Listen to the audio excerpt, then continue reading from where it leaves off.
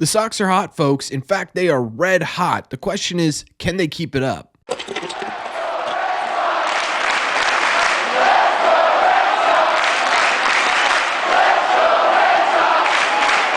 What is going on, everybody? Welcome back to Red Seat Radio. My name is Corbin. This has to be the most fun Red Sox fans have had all year, right? The Red Sox just went into Toronto and firmly swept them back into the basement of the AL East in 3 games, officially putting the Red Sox season record at 40-35 on the year, 10.5 games out of the division lead for all that matters, and more importantly, they are just one singular game out of a wild card spot right now. And my favorite part about what the Red Sox have been doing lately is they've been playing really great, complete baseball. So what we are going to do in today's video is we're going to break this latest series down, talk about what went right for the Red Sox here, and we're going to talk about how this series could affect the overall 2024 season. Thank you all very much for clicking on this one.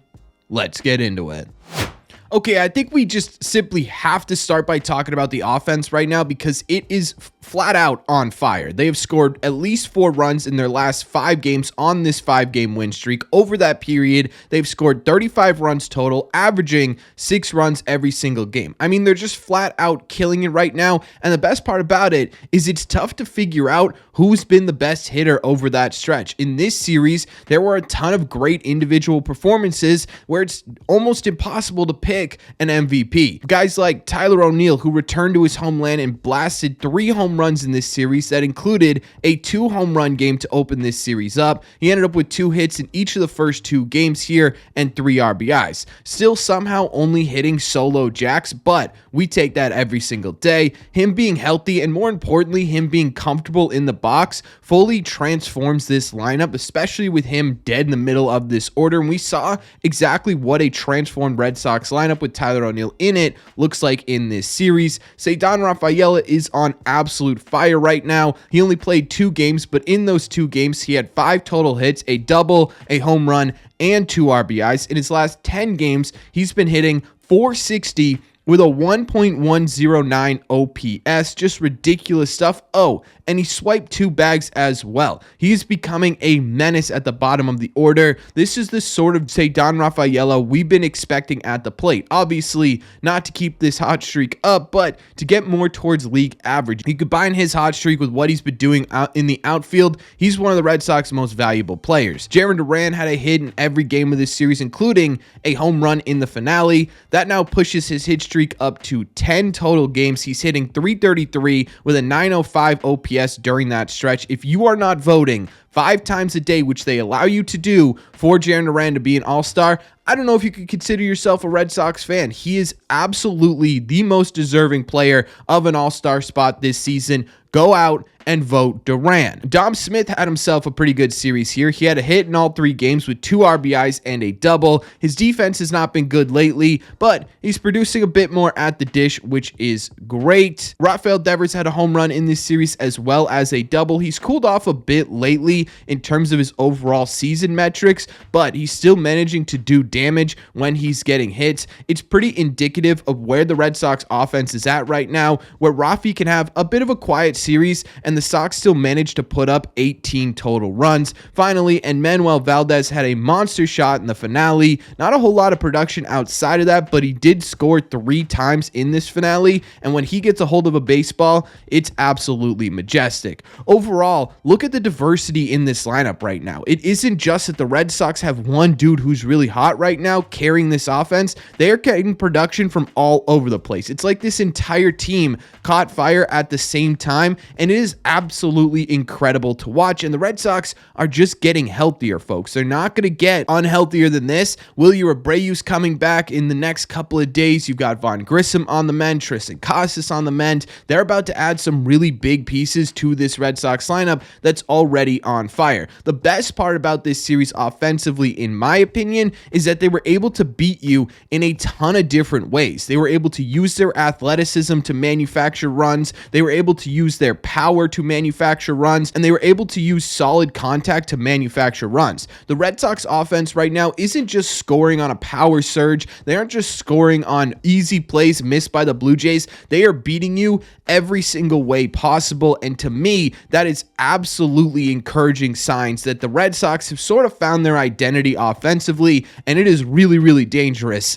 If I'm a team in Major League Baseball, I'm terrified right now of this Red Sox offense, and we talk about whether or not it's sustainable. It should be, right? It absolutely should be. They are utilizing their speed to manufacture those runs. That speed isn't going anywhere, and again, if you look at their power numbers, you've got guys in this lineup who are going to continue to hit for power, and you are going to be getting back guys who can also hit for power. Extremely, extremely encouraging stuff from this Red Sox offense in a stretch here where they've been one of the hottest offenses in the entire sport. However, we also got to talk about the pitching as well, but before we do that, make sure you guys have hit that subscribe button if you haven't already. If you're new here, we talk Red Sox content almost every single day. Also, make sure you guys have hit the like button on this video as well. Not only does it help this video out a ton, it also is the best way to let me know you're enjoying the content we are putting out. Thank you all very much for doing so. Let's get into the pitching. As for the starting pitching in this series, it was pretty solid. Nick Pivetta came out here, gave the Red Sox more than a quality outing, going 7 full innings, allowing just 3 runs while walking 1 and striking out 4. It wasn't pure dominance from Pivetta, but it was pretty damn close. He looked great out there, a nice bounce back start from him. He's had a couple of up and down starts over the last couple of games.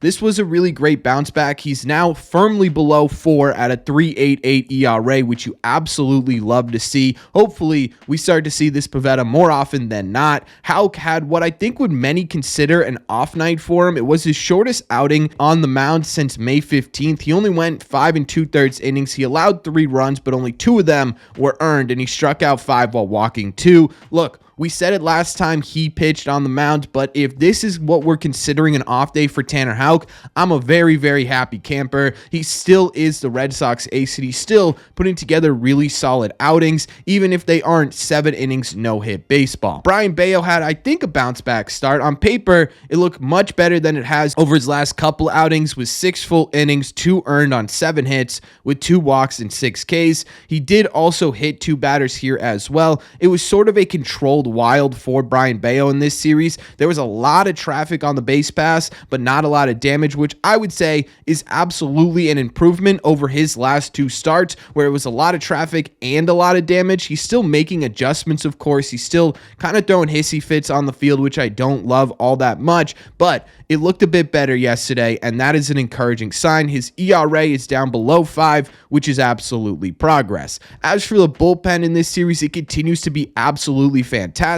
They allowed just 1 earned run in this series as a whole. Chris Martin had one of the most ridiculously hilarious athletic plays I've seen in the finale. I don't know how he was able to catch and throw this baseball and get the out period. Thank God he's all right, because he's taken some tumbles on the mound this year, but now that we know he's okay, I mean, this play is just flat out funny. Outside of that, there were only 5 hits allowed total by the bullpen in this entire series. That's really impressive stuff, and we talk about it all the time, but the bullpen's a really underrated part of the Red Sox success this year. They've sort of been the backbone of this team. To talk about the pitching as a whole, with the starting and the bullpen combined, they aren't as dominant as they were in, say, April, but what they are doing right now is giving the Red Sox enough chances to win these baseball games, and that's the most important part of this, right? We may have seen a dip in overall starter ERA or overall team ERA in general. They're not top of the league anymore. They're close to the top of the league, but they aren't the top of the league. It doesn't really matter, right? We needed the Red Sox to not be the most dominant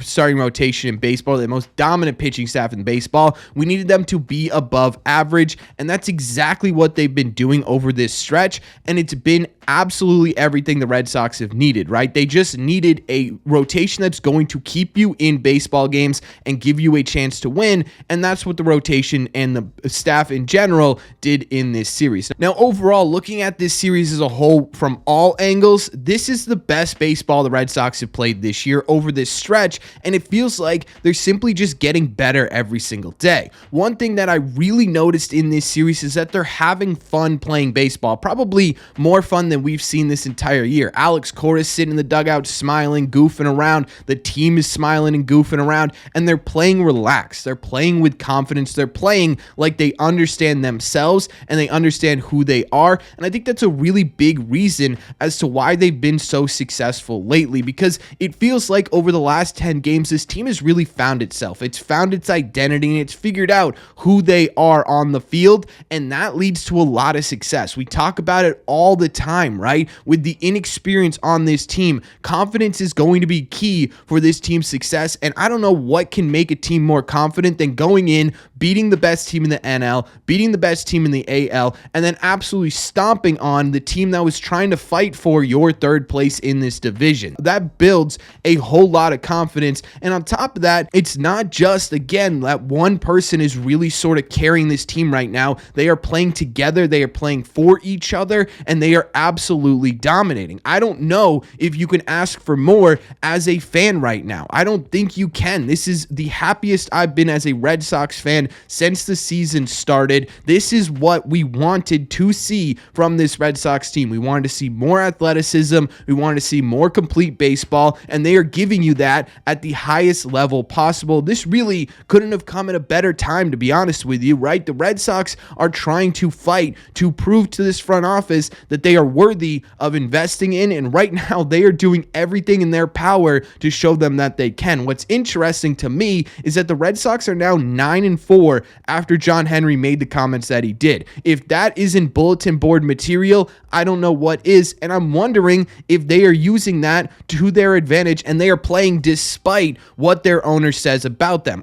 I'm curious to see if whether or not that is the case, but I have a funny feeling it has something to do with it. Either way, this has just been a ton of fun to watch lately. It has been enjoyable to be a Red Sox fan over the last 10 games, and that's more than we could say since really the beginning of the season, especially with the injuries that have sort of beat down on this team. They are battling through, they are fighting, and they are clawing their way into a postseason, because right now they are playing like a playoff team. I know some people won't want to admit that. This is a playoff caliber baseball team right now. Now they just have to keep their foot on the gas. Over their next 15 or so games, the Red Sox are playing teams that are under 500. This is a prime opportunity to really separate yourself not only from the bottom of the pack here, but really firmly cement yourself into this playoff race, more so than they are right now. They need to not get too relaxed. They need to stay focused, and they need to continue playing like this, because if they do, the Red Sox could surprise a whole lot of people. But that's just my opinion. So let me know in the comment section down below. Are you as encouraged by this series as I am?